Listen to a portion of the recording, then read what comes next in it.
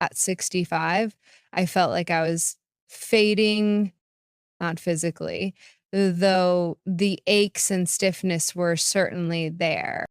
But emotionally, spiritually, I felt hollow, retired, widowed, alone more days than I care to admit. Friends moved away, my children had their own lives. Each morning felt the same, slow, silent, gray. And then something unexpected happened. A habit so small, so quiet that I almost laughed when someone suggested it. But I tried it.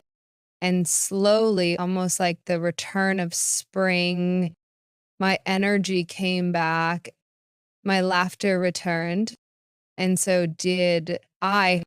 A Tuesday morning that changed everything. I want to take you back to a Tuesday morning. It was drizzling. I had cereal in a chipped bowl. The TV was on for background noise, but I wasn't watching. And I just stared out the window thinking, is this it? Is this all that's left of my life? I wasn't sick. I wasn't starving, but I felt like I was waiting for something. And I didn't even know what. I looked around at my living room, dust on the bookshelf, old birthday cards tucked in a drawer, to-do list with nothing urgent, nothing necessary. And the worst part, I didn't have the energy to change it. That day, I finally picked up the phone. I reached out to a friend from my church. Her name is Helen, using her 70s, but you'd never guess. She laughs with her whole body. She's one of those people who makes tea feel like therapy. We met that afternoon. The tea that sparked it all. Her living room smelled like cinnamon. We sat near the window, watching the drizzle together. After small talk, she looked at me and said softly, I think you need a morning anchor, one tiny habit that's just for you. I raised an eyebrow. Like meditation? Now, she smiled, simpler, the habit that changed my life. It wasn't journaling, wasn't a green smoothie, wasn't joining a gym or going vegan. It was this: every morning before doing anything else, go outside and walk for 10 minutes. No phone, no music, no rush, just walk, even if it's just to the end of the block and back. She called it her sunrise walk. But she said it works even if the sky is gray, even if the sidewalk is wet. I resisted. I'm too stiff in the morning. My neighborhood's boring. What if people look at me? She just said, you're not too old to start again. The first step is the hardest. Take it anyway. And that night, I laid out my walking shoes by the door. I wasn't fully convinced, but I was curious and tired of feeling tired. The first 10 days, day one, my knees ached, my slippers got damp. I walked slow, but I heard birds and realized I hadn't listened to anything natural in weeks. Day three, I wore jeans instead of pajamas. Felt like a small act of dignity.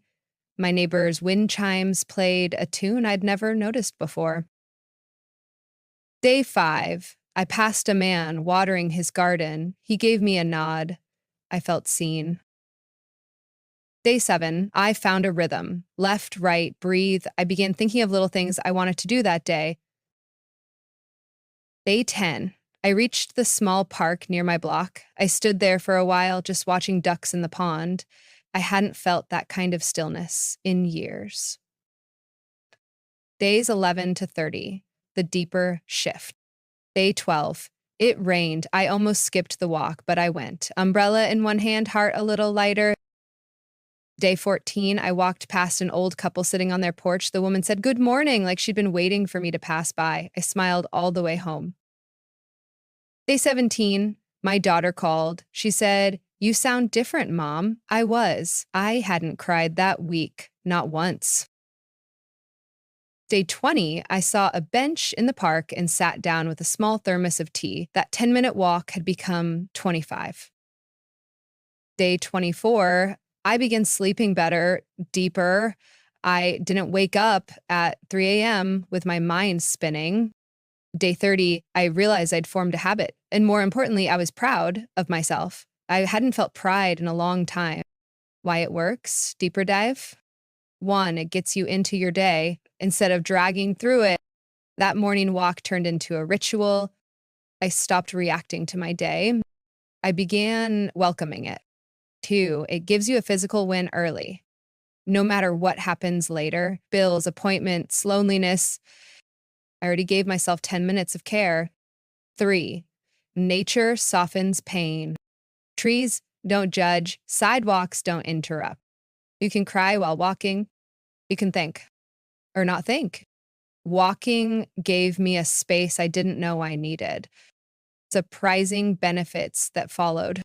After 3 months of walking daily, I lost 8 pounds just from movement. I met 2 walking friends, Doris and Mel. We wave at the same time each day. I lowered my blood pressure. My doctor reduced my anxiety meds dosage. I caught myself humming in the kitchen, something I hadn't done since my husband passed. Other habits that came naturally. One change sparked many. Started drinking warm water with lemon in the morning. I decluttered my front porch and added a potted plant. I began writing down one thing I was grateful for every evening. I got a small radio. Now I listen to soft jazz while cooking instead of the news. I didn't force any of it. The walk simply made me believe I could change. I wish I had started this sooner. I wish I hadn't waited until 65 to realize that peace doesn't knock, you have to invite it. I thought big change required big action. But sometimes it's just one small step. Repeated. I spent too long waiting for motivation, waiting for someone to help, waiting for things to feel better on their own. But now I know movement creates momentum. Action heals apathy, and showing up for yourself every day in a tiny way matters more than you think. So if you're 60, 65, 70, or 80, and you feel miserable, stuck, or invisible, start here. Put on your shoes, open the door, and walk. Gentle conclusion. You don't have to overhaul your life. You don't have to run marathons, change cities, or meditate for hours. Just walk for you, for peace, for clarity. I never expected something so simple to change my world, but I did. I found joy at the end of the sidewalk, found clarity in the morning fog. I found pieces of myself I thought were gone in the quiet rhythm of my own footsteps. You can too. Give this video a like. Give this video a like. Share it with someone who needs a gentle push, and subscribe because your journey isn't over. It's just beginning again. And tell me in the comments, what's one simple habit that made a big difference in your life? Let's walk this path together.